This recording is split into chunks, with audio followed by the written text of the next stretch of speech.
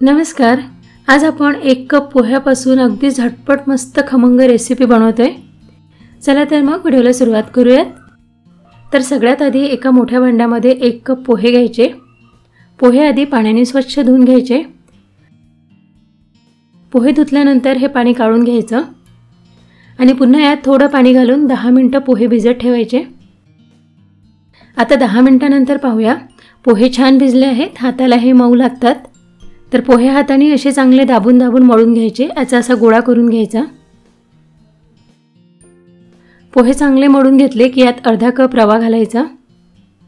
जाड किंवा बारीक कोणताही रवा घाला आणि अर्धा कप दही घालायचं। दही आणि रवा पोह्यामध्ये व्यवस्थित मिक्स करून घ्यायचा। हे घट्ट वाटत असेल तर यात थोडं पाणी घालू शकता। रवा आणि दही पोह्यामध्ये व्यवस्थित एकत्र मिक्स करून घेतलं। आता यात काही भाज्या घालायच्यात, तर इथे मी 1 छोटा कांदा बारीक कापून घेतला, अर्धी शिमला मिरची सुद्धा बारीक बारीक कापून घेतली, 1 टोमॅटो घेतलं, कोथिंबीर कापून घेतली, गाजर सुद्धा बारीक बारीक कापून घेतला आहे। ह्या सगळ्या भाज्या आता यात घालून घ्यायच्या। यामध्ये तुम्ही तुमच्या आवडीनुसार किंवा तुमच्याकडे ज्या कोणत्या भाज्या असेल त्या घालू शकता। त्यानंतर यामध्ये 3 ते 4 हिरव्या मिरच्या सुद्धा बारीक बारीक कापून घालायच्या। थोडंसं अद्रक किसून घालायचं आणि चवीनुसार मीठ घालायचं आणि या सगळ्या भाज्या आता यामध्ये व्यवस्थित मिक्स करून घ्यायच्या। हे थोडं घट्ट वाटत आहे, तर यात मी थोडं पाणी घालते।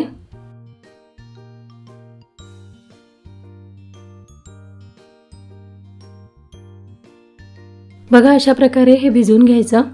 आता यावर झाकण ठेवायचं आणि 10 मिनिटं हे मिश्रण मुरू द्यायचं। 10 मिनिटांनंतर पाहूया मिश्रण व्यवस्थित मुरलेलं आहे। खूप पातळ झालं नाही आहे किंवा खूप घट्टही नाही आहे। याचे आपण अप्पे बनवणार आहोत, पण त्याआधी यामध्ये एक फोडणी घालायची आहे।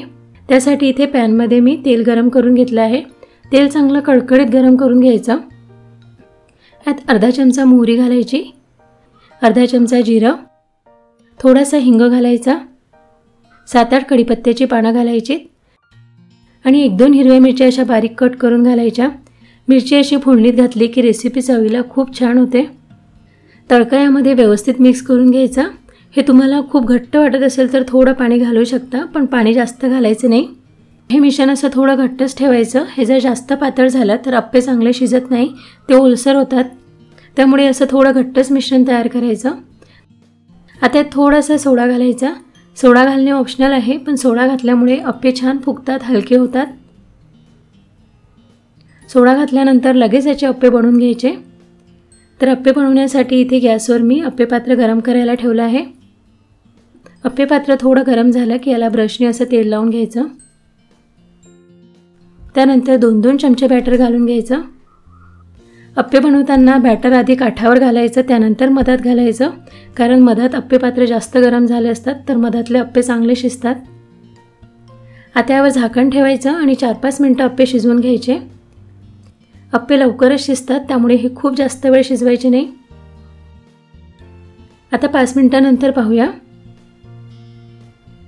अप्पे खालच्या बाजूने शिजले आहेत। आता पुन्हा यावर वरून सुद्धा तेल लावून घ्यायचं आणि पुन्हा अप्पे पलटून दुसऱ्या बाजूने शिजवून घ्यायचे।